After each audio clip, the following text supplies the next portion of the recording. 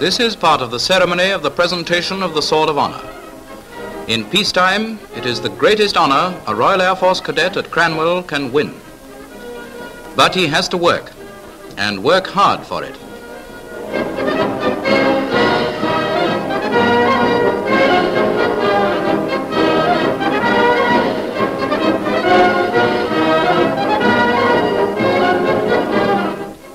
This drill, which looks so easy, is only the result of considerable effort.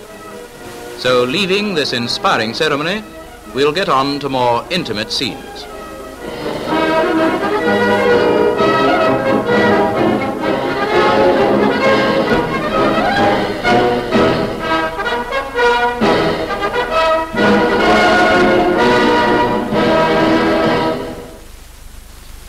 Here is a typical Royal Air Force parade ground. And these men, you will notice, drill equally well. They too have to work hard to arrive at this stage of proficiency.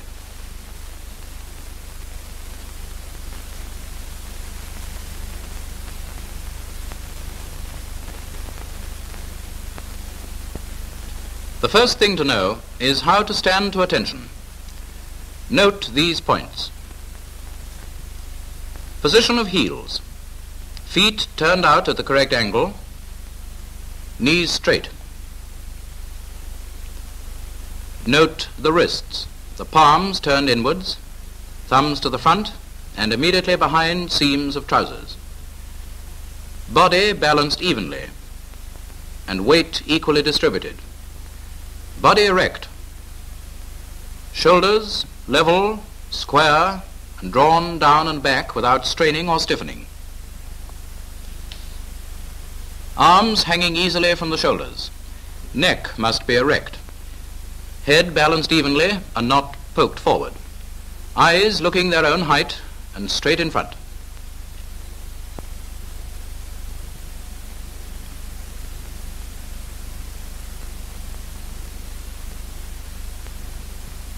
The whole position is one of alertness, in expectation of the word of command, and is that adopted when addressing or being addressed by a superior officer.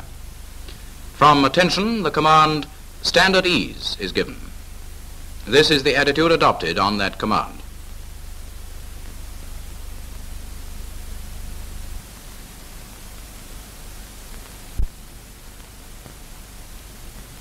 Note how the right hand is placed in the palm of the left.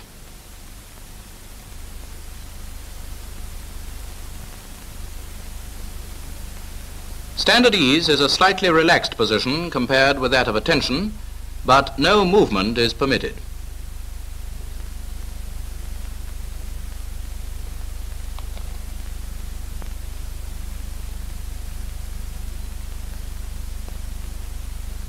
It is the position you adopt when falling in after taking up your dressing and interval.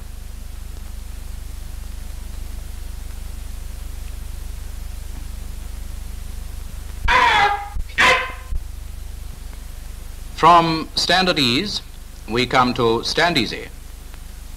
This allows a little more freedom. The limbs, head and body may be moved, but not the feet. A slouching attitude is not permitted. Nor is talking. Nor is talking. Before you even reach this stage of proficiency, however, you have to know how to wear your uniform and equipment correctly. First of all, your head. See your face is clean, well shaved, and your hair correctly cut.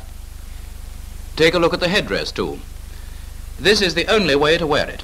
Button in the center of the forehead.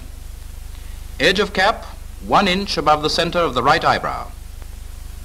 The buttons clean.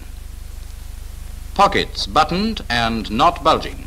Boots clean.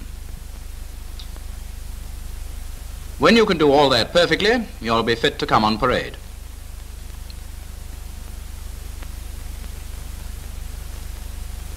And you will do it perfectly. He'll see to that. But there is one action he will not be at hand to supervise, but which you must do equally smartly. And that is saluting.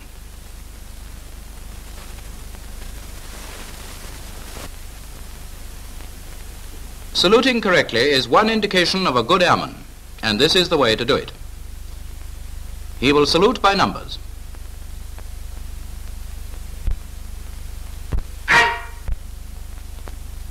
Note how his hand came up, how he holds it now. Go!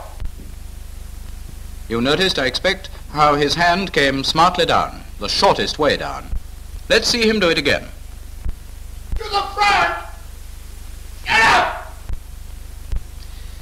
In saluting to the right or left, the actions are the same, except that the head is turned to the right or left.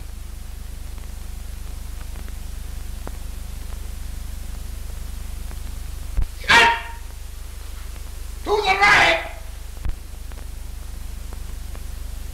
Out! That's all right if you're at the halt, but suppose you're walking.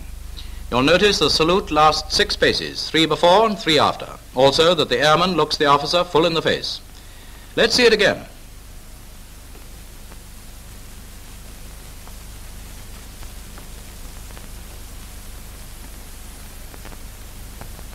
Here is a slightly different angle.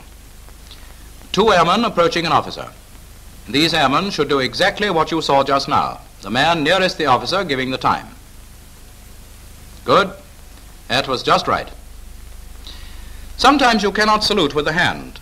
For instance, when you've no headdress. Then you turn your head and eyes in the direction of the officer.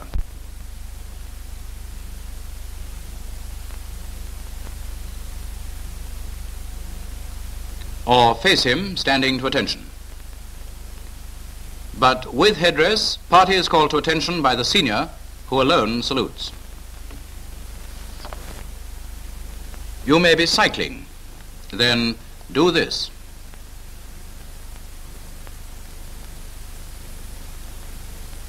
Or wheeling a truck.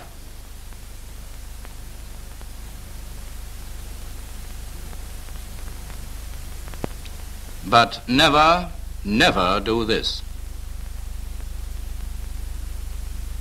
You may laugh, but even worse is sometimes done. Again, don't do that. There's no need to throw your cigarette away. Here's a sergeant. Wait for it. Here's a sergeant waiting for a bus, smoking. Let's see what he does. So that you will never make a mistake or omit to salute officers of other services, we will show you badges of rank of commissioned officers of the Royal Navy, Army, and Royal Air Force.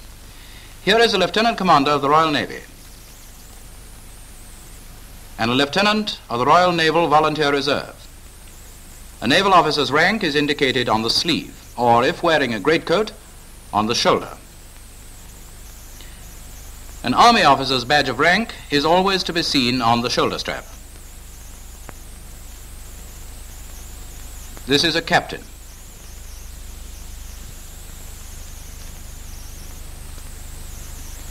Here are 2 Royal Air Force officers.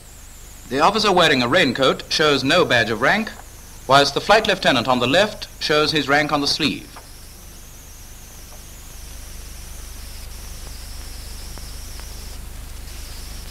Here is a pilot officer with a greatcoat. The badge is seen on the shoulder straps. Remember, now that you're in uniform, your conduct, good or bad, is much more noticeable. You belong to a fine service. See that by your smart and airman-like behavior, you do your bit towards enhancing its reputation.